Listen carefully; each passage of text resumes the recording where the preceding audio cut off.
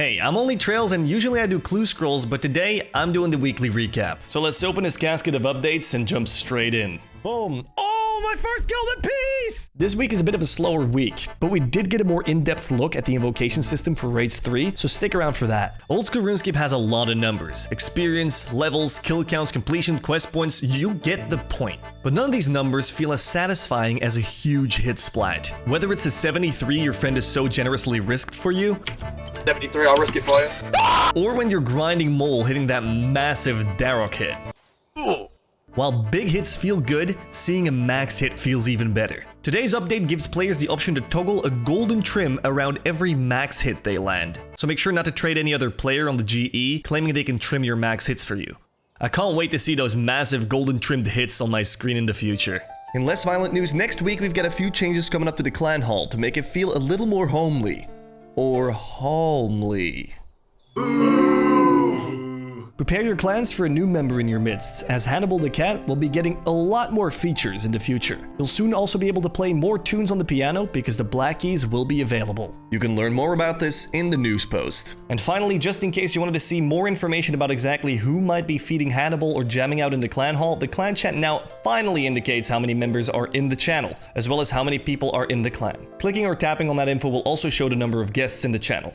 Back to killing things. I know some 10 HP accounts are waiting for the update on the poison Dynamite. When the so-called spawn hitting was removed, some achievements could no longer realistically be obtained by skillers or 10 HP restricted accounts. So as a compromise, we're getting poison Dynamite, a caustic explosive bomb. Players will be able to make poison dynamite by mixing boring old dynamite with 3 cave nightshades. When lit with a tinderbox, after a short delay, your creation will explode and deal damage that scales according to your fire making level. So all your hours in Wintertodt might finally have a use. Assuming your enemy isn't immune to poison, there's a chance that they'll start taking poison damage if the explosion itself is a successful hit. This will be available in beta in the near future, so keep an eye out. And talking about coming soon, I know everyone is patiently awaiting Raids 3 Tombs of a Masket. This week's blog will give a rundown on how the Invocation System will work. This system is an innovative feature that will let raiders customize their experience however they like. You'll be able to give newer adventurers the chance to learn the ropes, or scale your raid exponentially to give the veterans a run for their money. When you enter a raid, you'll get the choice to start out with no invocations, a little thing we like to call entry mode, or with a set menu of invocations that should result in a challenging and engaging first experience. You'll be able to set your own invocations which will contribute to your raid level. Between 0 and 149, you'll be in your entry mode raid. Between 150 and 299,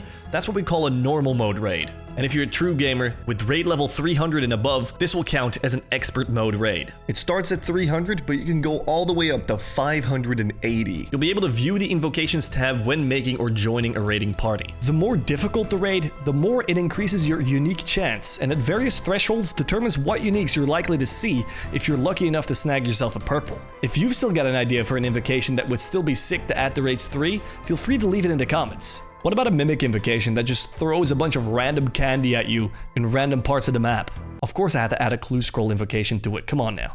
And since we're on clue stuff, I want to remind you guys that Nightinator last week talked about the Clue Helper and the Activity Advisor. 2 tools that could massively help every single player. With the new Clue Helper that's on the main client right now, you're going to be doing clues faster than you can say third age played body. Some of you might have noticed this parchment looking thing on the side of your map. Well, this is the Activity Advisor, a tool that automatically tallies up your skill levels, quest status, and recent activity to figure out what adventures you might be interested in. This feels like a fantastic add-on for new players or players who are just downright lost at certain points. And let's be honest, we've all been there. 100GP says we'll see a couple Activity Advisor only Iron Men by the end of the week. If you want a more thorough explanation on these 2 things, you can check out the description and check out last week's recap. I was OnlyTrails for the OSRS weekly recap. I genuinely have no clue if my link will be in the description, but if it is, make sure to check out my channel. Otherwise, subscribe to the Old School RuneScape channel for more recaps. Hope to see you guys soon, and thanks for watching.